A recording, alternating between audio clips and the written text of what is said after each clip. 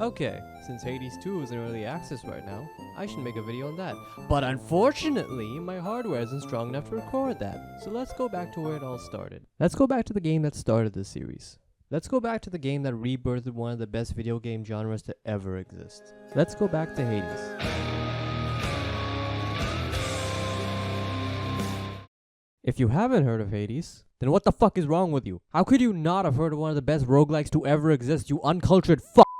Hades released in early access back in December of 2018 and was fully released back in September of 2020. And personally, I was obsessed with it ever since I saw it. But my hardware wasn't strong enough to run the game at the time, so I only got to play it back in 2021 when the console release was made. And can we just appreciate that the devs went ahead and made a console port for the game? Because creating that port must have been hell. Anyway, let me hook you on the series if you aren't hooked already. Hades is a roguelike based on Greek mythology. And for those who don't know what a roguelike is, or a roguelite, I don't fucking care which one it is, let me just catch you up to speed real quick. According to Wikipedia, a roguelike is a style of role-playing game traditionally characterized by dungeon crawl through procedurally generated levels, turn-based gameplay, grid-based movement, and permanent death of the player character. And if you're fucking dyslexic, then imagine if Dark Souls was a tower progression game and every time you die you go all the way back to the beginning only to slightly get stronger each time. Okay, caught up? Don't care. Moving on.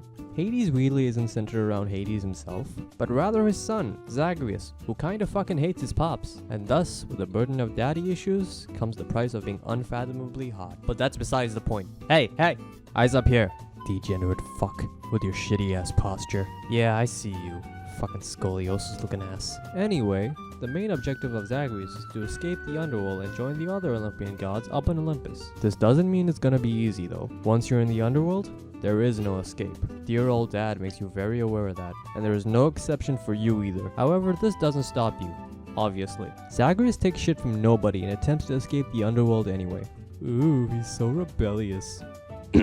Let's just get into the gameplay. Every time you start a run, Zagreus is equipped with a couple abilities from the get-go. The first being a weapon of choice, which we'll get into later. Each weapon is equipped with a basic attack and a special attack. You're also given a projectile ability called a cast, and a dash ability.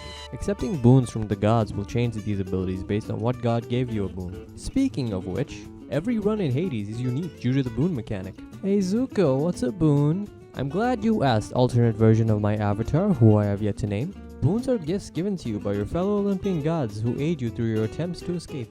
And that leads us into our cast of characters, starting with the gods themselves. In every run, you enter chambers which offer you the choice of progression materials or boons from specific Olympian gods.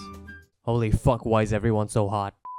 The cast of gods in Hades are Zeus, Poseidon, Athena, Artemis, Ares, Dionysus, Hermes, and Aphrodite. Eyes up here, you fucking degenerates. But yeah, those are the gods you'll be running into on your escape attempts. There's one other god that you'll meet after getting to the surface for the first time, but I won't spoil it for you. Each god specializes in different abilities, with Zeus specializing in lightning abilities, which are good at damaging multiple enemies, Poseidon specializing in knockback abilities, which send enemies flying into walls and dealing massive splash damage, Athena specializing in defensive abilities, which deflect enemy projectiles and offer you other resistance abilities, Artemis specializing in marked abilities, which allow you to deal critical damage to your enemies, Aphrodite specializing in weak abilities, which make enemies do less damage to you, Ares specializing in doom abilities, which heavily damage your enemies, and Dionysus specializing in drunken abilities, which slowly damage your enemies over time, just like real alcoholics. Hermes doesn't give you boons that change your abilities, but rather boons that speed up your abilities and other speed related effects, which is pretty smart since that means you can technically stack boons on other boons, like having an Ares boon on your attack and having a Hermes boon that speeds up your attack. You can also acquire legendary boons from these gods, which significantly boost their effects, and other boons from them. And if you have multiple boons from different gods, there's a chance those gods will collaborate with each other and offer you duo boons, which is the type of boon that allows both abilities of those gods to work together hand in hand. This mechanic paired with Hades' roguelike blueprint means that no run will be exactly the same. Each run will be a completely new experience that forces you to work with what you get and experiment with different boon combinations. This is undoubtedly one of the most fun things about Hades, and each of the gods have their own personalities and character to them. Oh, by the way, did I forget to mention that everyone in this game is fully voiced and have completely different dialogue for each run? Zang, I heard you got to Orpheus. He's got this whole entire ballad now about how you are really me, or maybe it's the other way around. I have no idea. Yeah. And the Olympians are arguably the least interesting characters in the game.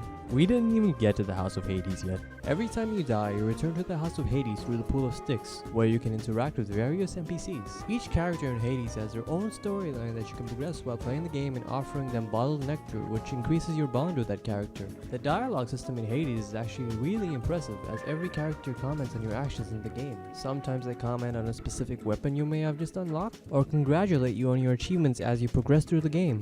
Some characters even have branching quest lines that you can progressively work on while completing the main story, like trying to rizz up God Mommy Megara, or helping Orpheus find his will to start singing again, or reuniting Achilles with a certain someone up on Elysium. There's also other characters you meet in each area of the game. I won't spoil who they are, but I will tell you about one that you'll meet pretty early on, and that someone is the humble Sisyphus. Sisyphus' position in the game is genius. You meet him in Tartarus, which is the lowest region in Hades, next to the boulder he is damned to roll up the hill for eternity. Every time you run into Sisyphus, he's delighted to see you and welcomes you with open arms, offering words of encouragement and an item of your choice to help you throughout your journey. Sisyphus is a simple but amazing character. He's a contrast to Zagreus in a way, with Zagreus always being frustrated that his attempts to escape the underworld are in vain most of the time. Sisyphus is in a similar situation. He starts from the same place as you and has to push this boulder all the way to the top, only for it to roll all the way back down and to inevitably start again.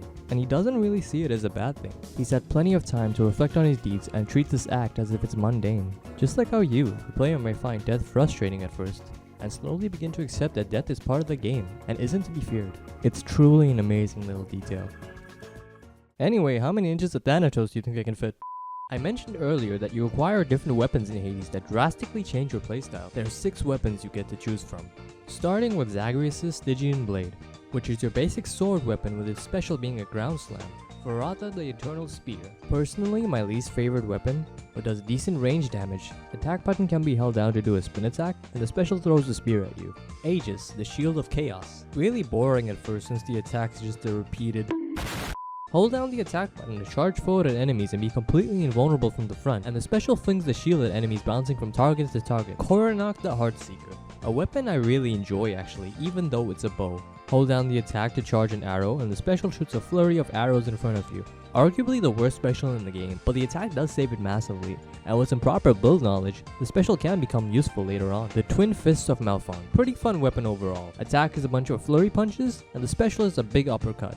However, the uppercut does leave you vulnerable for a little bit after you use it. And my favorite, the Adamant Rail, Exeglyph, which is straight up a fucking gun and a fucking missile launcher. Damn, even the Olympians were strapped up. Getting back to my previous points, one of the rewards you get for beating bosses is called Titan Blood. Titan Blood is used to unlock different aspects of your weapon, which can change them up a bit. Remember how I said the bow has the worst special in the game? Boom! Unlock the aspect of Chiron, and all arrows fired from your special automatically seek out your last shot enemy and fucking murders them. Wish the Stygian Blade did more damage? Unlock the aspect of Nemesis to deal critical damage after using your special. By the way, you guys wouldn't mind if I made a video simping over Nemesis, right? I'm sure you'll really enjoy it as much as I would enjoy talking about her massive biceps and how nice my head will look in between. Anyway, there's 3 unlockable aspects for each weapon, and it's gonna be a grind to get enough Titan Blood to unlock these weapons, and even more Titan Blood to max out each aspect.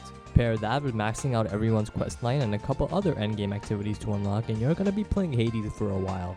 Hades isn't a game for everyone, but it's definitely worth a shot. If you're a Souls fan, then you'll probably enjoy Hades, or any roguelike for that matter. They're pretty challenging games which you do have to learn, but unlike Souls games, Hades doesn't directly say, this is the obstacle, get good, then you can move on. Instead it says, this is the obstacle, get good, but here's some stuff that'll help you the next time, then move on. If you're looking for something fun and challenging, Hades is a phenomenal choice. For the past couple of years, I've been playing nothing but FPS games, and I got really sick of those genres of games. Not to say that FPS games are bad, personally I'm just a bit super burnt out on them. For me, Hades was the game that introduced me to roguelikes, and roguelikes quickly became one of my favorite video game genres ever, with absolute gems like Curse of the Dead Gods, Dead Cells, Skull, and many other wonderful games which I absolutely adore. I've played a lot of games in my life, and I can comfortably say that Hades is definitely in my top 5. From the gorgeous art style, to these amazing characters, to the phenomenal gameplay, I love Hades, and I can't wait for Hades 2 to get its full release. Apparently there's a mobile version of the game too, if that floats your boat. But anyway, hopefully this was insightful and or entertaining. Anyway, peace out losers.